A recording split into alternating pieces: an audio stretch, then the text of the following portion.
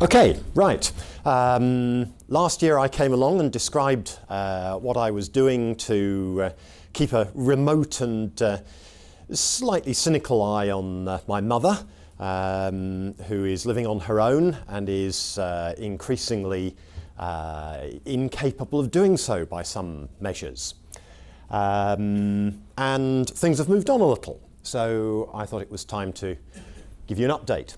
So last year I'd got one movement sensor in the house, temperature sensors for the house, the outside and the river, because I originally did this to monitor the river level because one of the big problems is her garden floods up to about waist height, and we need to get her out before this happens. It monitors the burglar and fire alarms. It's all based on an old Arduino Ethernet setup, and it pushes data up to one of my servers using HTTP post.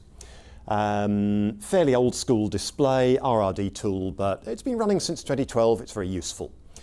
I talked about this and a lot of people said, yeah, everybody needs one of these or will do sooner or later. Now everybody has a mother or a father or some other relative who you don't want to force them into sheltered accommodation too early. You just need the confidence to leave them where they are. And in particular, Jan-Piet Mentz came up and said, can I be involved? So we've been talking about this. So there are now some new goals. And for me, I need to monitor more rooms because I need to make sure that more than that she's just moving around. I need to make sure she's moving around to useful places rather than just sitting in front of the television for 24 hours a day. That sort of stuff. So I wanted this to be something that other people could pick up and use, so more of a product than a one-off. Open source everything, hardware, software, the rest, because if you're installing fairly intrusive monitoring in your relative's house, you want to know where this data's going, and you want to know that you really do have control over it. Unlike these internet cameras you can buy, where somewhere on the web there is a control panel, and somehow the image from that camera gets to your browser via that control panel. Where else does it go? I want to know, so I don't buy those things. I also wanted better alerting, so actually give me some indication when I needed to do something, and really improve on the security.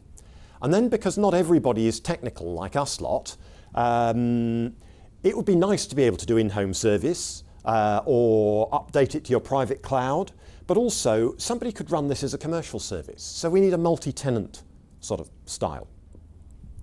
This is the prototype for the room node. It's based on Wi-Fi because that was easy. It measures temperature, movement and light. Wemos D1 chip, little thing about size of postage stamp, really quite nice. Trouble is, Wi-Fi is thirsty, so we have to feed this with mains power. Eventually I need to redesign it with Zigbee or something similar.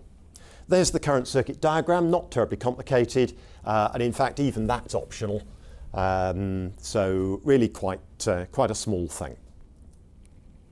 This is the current layout for the in-home segment. You've got sensors, they've got their own Wi-Fi network because we need to secure that. These can't defend themselves terribly well. So a little open WRT box, about that big, 20 quid, just gathers up the data, sends the MQTT messages up to the internet. In the cloud, it's going to look something like this. You've got a message broker. It dumps stuff into a time series database, just like any other network monitoring system. So now my mother will be SNMP capable if we really want to. We need some alert logic. I haven't started on that. If anybody's got any good ideas how you receive messages and make reasonable decisions about when to ring alarms, I would be interested to know. We'll need a config database and we need some sort of display and an alert app and all that. Last thing I'm going to say, apart from technology which you can pick up later, ever seen a horizon graph? It's a good way of getting a lot of stuff onto a small space. So when the graph hits the top, as it's doing here, this is the light level one, you start again at the bottom in a darker colour. And you can have about 4 levels of this. It means you can really compress your graphs and still read them. So horizon graph, go and look for it. It's based on D3 and a thing called cubism I'm using here. So quite nice. Done.